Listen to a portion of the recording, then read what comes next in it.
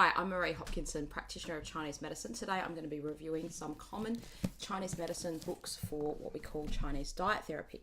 Now, Chinese diet therapy is one of the 5 branches of Chinese medicine. And what that means is it's technically a therapy that can be used to treat you or to aid in your treatment or as part of your treatment. It depends on what's going on.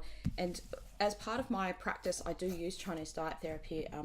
So what I'm going to do in this video is give you a quick review of some of these common books that I have used. What is Chinese diet therapy? We'll talk about that and then we'll just have this book review as a separate one as well. If you're interested in helping yourself to make yourself feel better, to heal yourself, to be more involved in your treatment, then Chinese diet therapy might be something that you're interested in.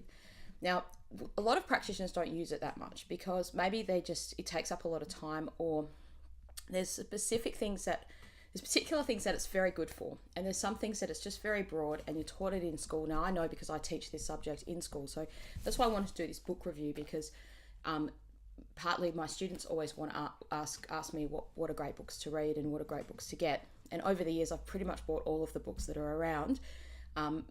These are books that are older texts that have been around for a long time that I've been constantly using and found that they just never age in a way that makes them useful. So I'm going to talk about 2 books. So this video is particularly for people that are what we call lay people. So you're just a patient or a person that's interested in Chinese medicine. You don't necessarily have to have any knowledge about Chinese medicine or be a practitioner or anything. But as a practitioner or as a student, you might find this very useful as well.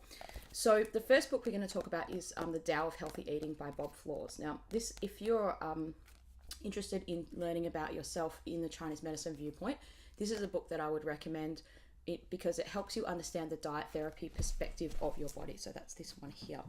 Now, this particular book has been around a long time. You can see it's pretty old.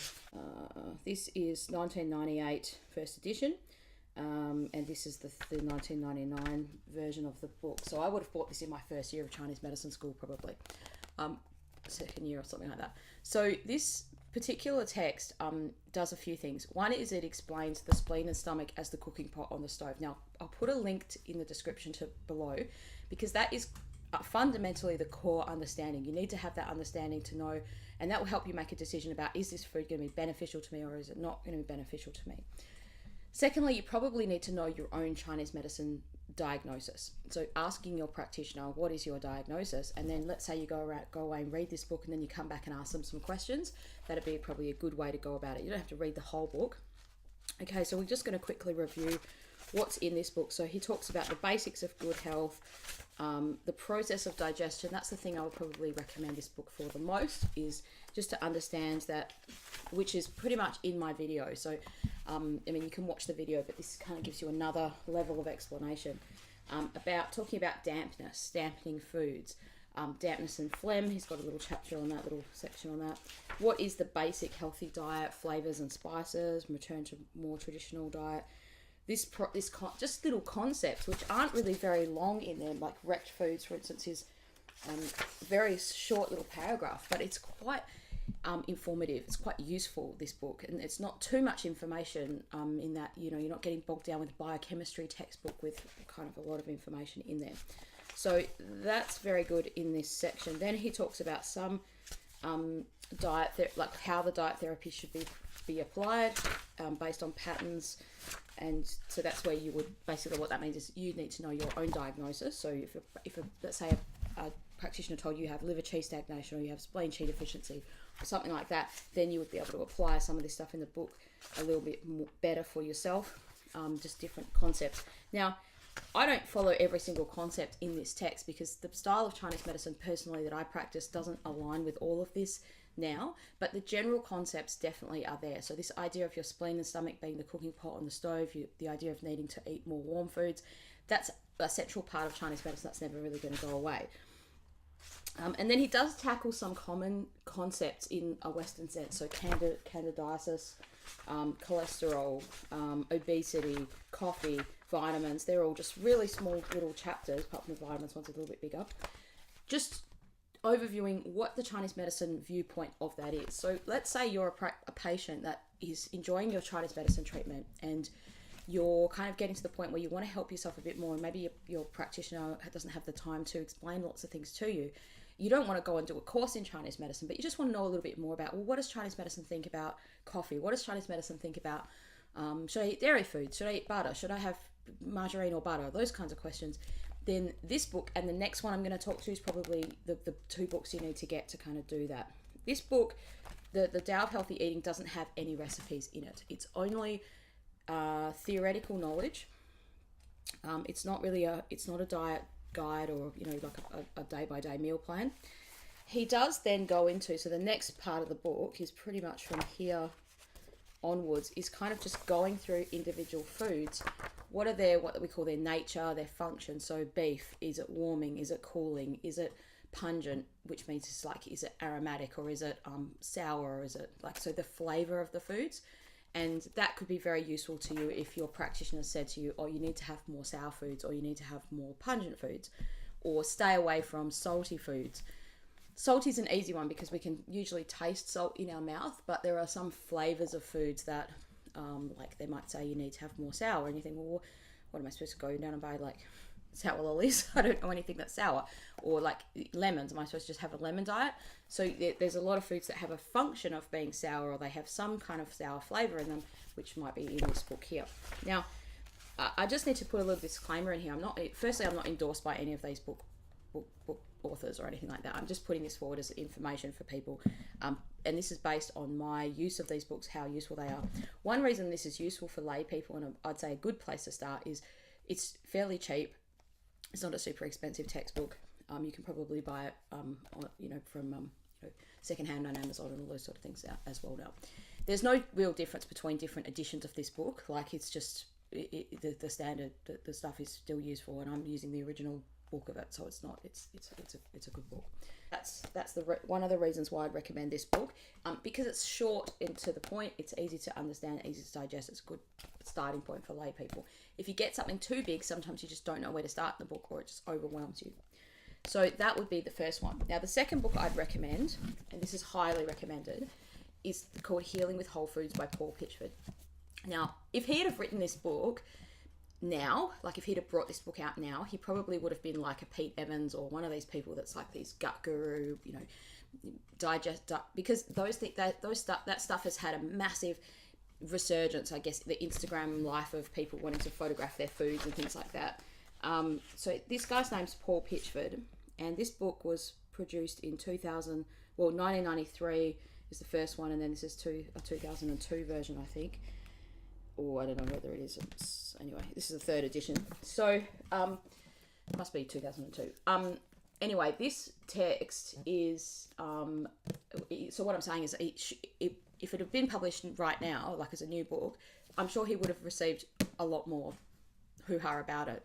And so as a mainstream textbook, as a mainstream book just for people to read and use, it's not gotten that popular. It's not really that well known. But in the Chinese medicine community, in the academic world of like nutrition and understanding of like when you think about Chinese diet therapy, or just natural diet therapy in general, naturopaths and stuff like that, most people would know of this book, or they'd know about this book. So the good thing about this book is it's got lots of recipes, so it looks like a giant book. Don't be overwhelmed. It's like a massive Bible type of style book. So I'm going to quickly overview this book and how you can use it for yourself, and what bits might be useful for you in there. So essentially, without going step by step through each bit of the book, what's a bit different to this one is he's got an understanding of Chinese medicine again, but it's in a deeper level. So if you really then you think, okay, I've read this book, Marie, and this was okay, but I need to know a bit more about Chinese medicine, I want to know a bit more about me, well then this book would be good. So he talks about yin and yang, the principles of the 5 elements, the like chi, blood and body fluids, and those kinds of things in a little bit more of a deeper sense. So understanding that. One thing to remember with this guy, Paul Pitchford, which this is just his slant on things, is he tends to go for vegetarianism, or maybe even veganism, I guess, but mostly vegetarianism, definitely over meat eating. So as a general principle, in Chinese medicine, we generally think meat eating is okay. You just don't probably want to eat as much meat. Certainly from Australia and America, and I'm pretty sure probably the UK, eat probably too much meat for their own good, in a general sense, like just the the average person in the population. This guy says vegetarian and veganism is good. And he has, so if you are a vegan or a vegetarian, you probably find this book a lot more useful than other Chinese medicine books. So that may be something that puts people off going down the Chinese medicine diet therapy road, because at the end of the day, you're going to come into that conflict of like, well, there comes a point in time where you need meat to treat you. And that may happen at some point, and that's something you need to discuss with your practitioner. And look, certainly practitioners, that's not what this video isn't meant to be. A rant about that, or a talk about that. So let's just focus on the topic at hand, this book.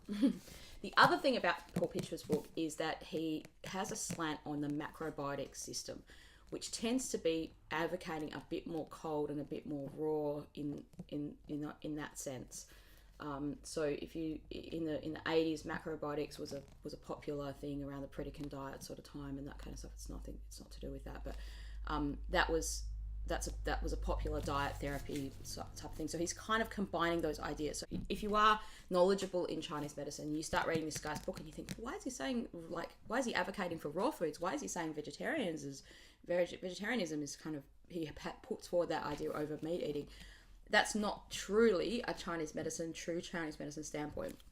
So that's just something to understand. But other than that, his book is really useful. And certainly for the recipes, like this would be good. Now, the book is called Healing with Whole Foods. So the idea is, like, if you want to cook from scratch, like let's say you do enjoy pasta, let's say you do enjoy, the richer, denser foods of life, and you don't want to give those things up.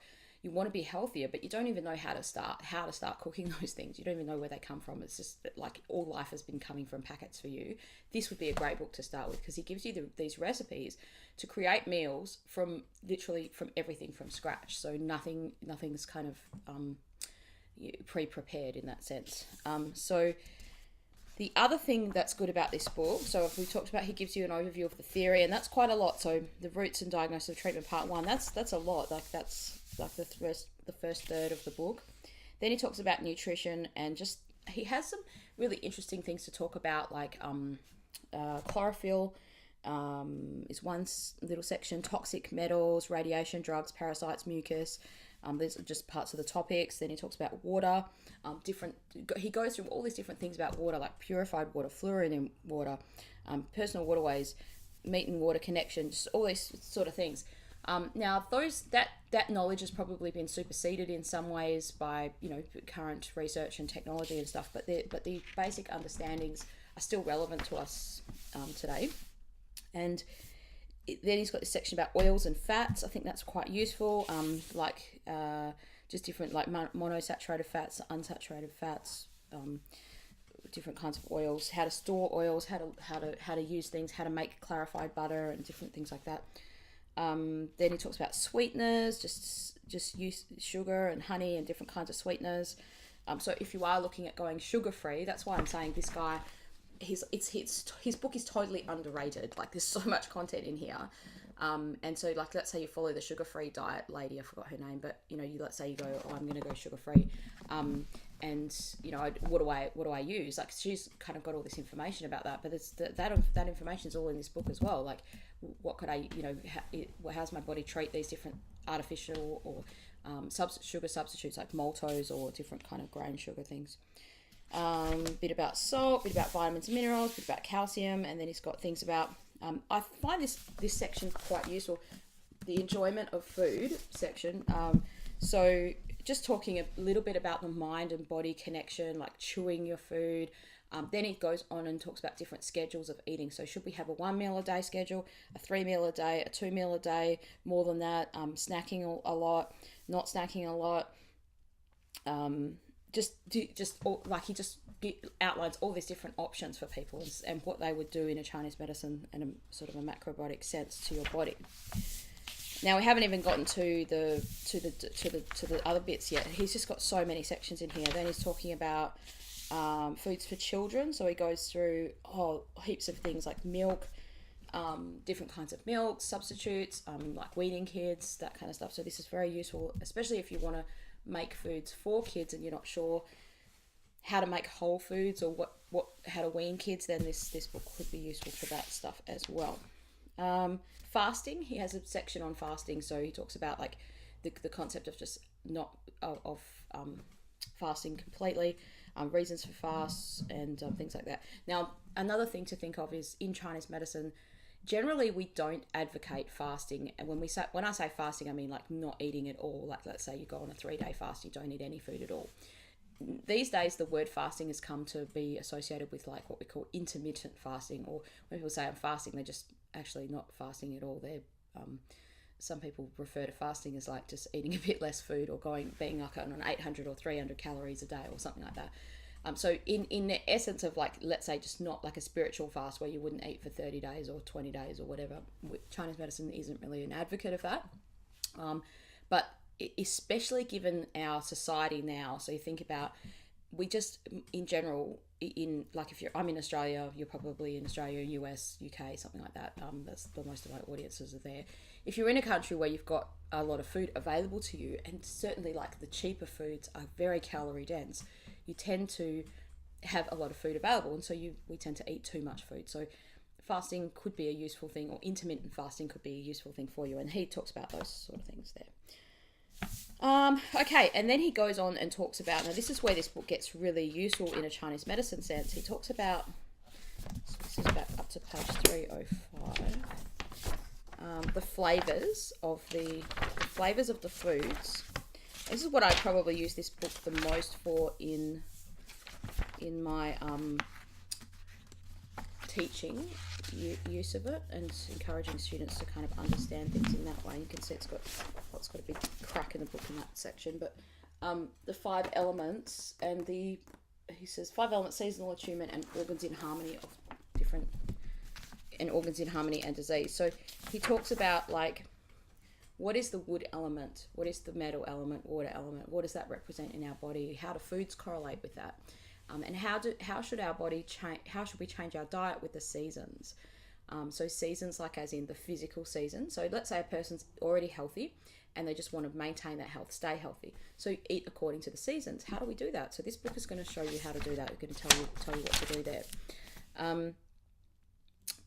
He does talk about some common syndromes, within those things. So like, if you're watching this video, you've probably likely been to a TCM or Chinese medicine practitioner before, and they said like, he's got here stagnant liver, he's got physical signs, emotional signs, liver heat, liver yin and blood deficiency, liver wind, that kind of stuff, so cramping and vertigo and twitching and whatnot. And so this may help you understand your TCM diagnosis a little bit more. If you're a student of Chinese medicine, it's another person's opinion, another person's overlap of understanding, so that can help you kind of understand those patterns of disharmony and then build them into, well, how does diet fit in with that? Then what do things do to these elements? So he does even, for instance, talk about alcohol in how does that affect the liver, and that's in a physiological sense, not the metaphorical wood element sense. It's actually physically, affecting your liver when you drink too much alcohol. So he goes wood, fire, earth, metal, water. He talks about all those things. So what seasons do they relate to? And then, so that's all Chinese medicine information. Look, there's so many things that are mentioned in this textbook that I think I can't mention the word underrated enough for this book. The next bit that he talks about is the cooking methods. So sautéing, stir frying, like he's got a section here called vibrational cooking, steaming, water sauté. What do those things do in a Chinese medicine sense? Are they like what he calls a yin or a yang method of cooking? And that could be interesting to you if you like that way, you're kind of understanding that a bit more. This book is great for people that you want to be more healthy, but you've got no idea where to start. Like, so you're like, okay, I come home and I cook my food because, like, in a certain way, because that's the only way I know how to. Unfortunately, like growing up, a lot of people don't learn from their parents or whoever's looking after them or whatever, how to do different cooking methods. I mean, maybe you do in school. I remember learning in school about sautéing and stir frying and stuff, because I did home ec and stuff, and you make a roux and you make these very basic things. But then if you don't cook like that at home, or you don't see someone cook like that, you you don't know how to start. So you're like, well, how do I make a white sauce, for instance? Now, a lot of people just go down and buy a packet white sauce from a jar or a packet or something like that, because they've got no idea how to start it, how to make it, and what's in even. And so then we can't become more detached from the ingredients in the product, and we don't even know what's in it. So you're buying like a white sauce for pasta, for instance, in a packet. You're not sure, is it made out of cream, is it made out of flour, is it made out of butter or eggs, I don't know. And so getting back to those grassroots basics, it takes more time, but you actually appreciate the food that you eat more, and you probably eat less, you probably consume less because it takes you longer to make it, but you also become really attuned to those ingredients, and you think, well, what are those ingredients doing on my body? What do I want to be consuming that much fat, that much butter, that many eggs, that much sugar to make this cake or this whatever's in here? So I would highly recommend this. So he talks about different cooking methods. Especially things where, look at another thing that's mentioned in this book. It's like a bit of a DJ Khaled. Another thing in this book is he talks about fermenting, which fermenting foods has been. I mean, when I read this, I used to make kombucha when I was younger, when I was 16, 17. And I used to have like maybe 5 pots of kombucha going on in my parents' garage at any one time. And people used to think I was a nutter, like completely mental. Why are you making all this fungus drink, Marie? And it wasn't popular at all then. People didn't know what it was. I used to rock up at meetings and whatever with my kombucha, and people used to be like, why are you drinking that crap? Now it's super popular and people know about it. But then again, because it's become popular and because it's become commercialized, now people are buying it in a thing and they don't even know it comes from a fungus. They just think, oh yeah, I'm going to drink my kombucha because some of that stuff doesn't even taste like kombucha. The kombucha I used to make you so powerful, make you gag because it's so strong. Like you can only drink a little bit of it. It's like little shots of this super strong rocket fuel. Anyway, so he talks about the benefits of fermented foods. So how do you actually make sauerkraut? Now, how do you do kefir and all these different kind of fermented things? If you're interested in that, then this book's going to kind of show you or tell you how to do that. And I mean, the benefit of life now is you can go on YouTube, like you probably are now watching this on YouTube, and you can watch a tutorial on how to do it. And I love doing those things because it makes so much sense to do that. But if you want a little bit more information about what those products are going to do to your body in a Chinese medicine sense, then this is probably a good book to do. Now he talks about different grains. And as he goes through these products, so now he's going to talk about, so we've gotten to about halfway through the book now, so we've got about that much to go on. We've gone, so that review I've done is just all what's in that part there. So he goes through one by one different categories of food. So he goes through grains, fruits, vegetables, nuts, that kind of thing. And he gives you recipes. So he talks about, okay, this is wheat. What are different ways that you can cook wheat? Cooking these grains, like talking about soaking them. Do you soak? Do you not soak? How long do you soak it for? How do you do it? And then amaranth and different things like that. And then he's got these really great little recipes for each thing. So this is good if your practitioner said, like for instance, barley is something I recommend to patients to eat if they have dampness. If you like grains, like as in you like a bit of carbs, but you've just stuck on wheaty sort of things, and you have a lot of bread and pasta or things like that, then cooking with barley sometimes can help. Well, barley drains damp in Chinese medicine, so if you get like a foggy headedness or something like that a lot, then I've actually had a couple of patients that I've given barley recipes to that they've told them to eat barley, and they've started introducing that into their diet instead of wheat, and they've had good results sort of getting rid of that foggy headedness. So barley like recipes, so you're like, well, what the fuck, Marie? How do I make barley? Like, I don't know how to cook with barley. I wouldn't, if I didn't learn all this, I wouldn't know how to cook with barley either.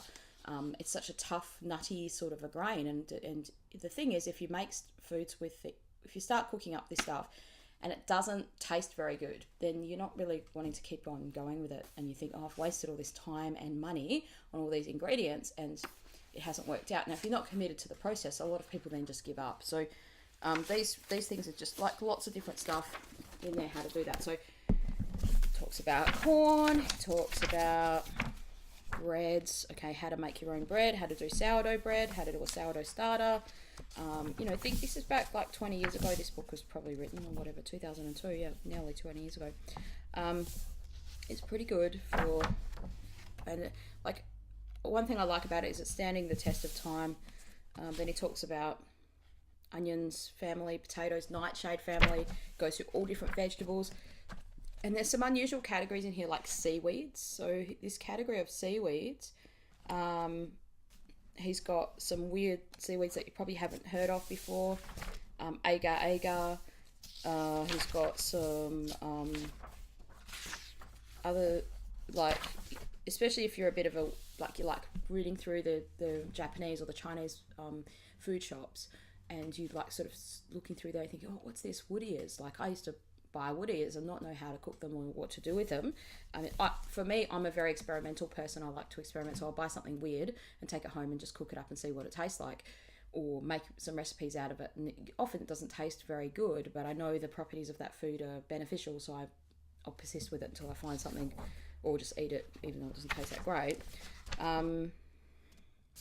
Nori, so you know the things that you make, he talks about how to make nori rolls, so maybe you just want to know how to make Japanese nori rolls. So if you're interested in diet therapy for yourself, you really want to cook a lot of foods for yourself, I can't recommend this book any more than I'm recommending it. It may be available as a PDF book or what like a